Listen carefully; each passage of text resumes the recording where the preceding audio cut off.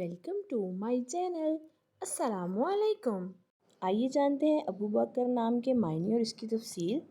हमारा आज का बेबीज़ बॉयज़ नेम है अबू बकर। अबू बकर के इंग्लिश में स्पेल्स है ABUBAKR, अबू बकर। ये एक इस्लामिक नेम है और लड़कों के लिए रखा जाता है ये नाम अबू बकर। इस नेम के मायने हैं खलीफा अव्वल का नाम अबू बकर।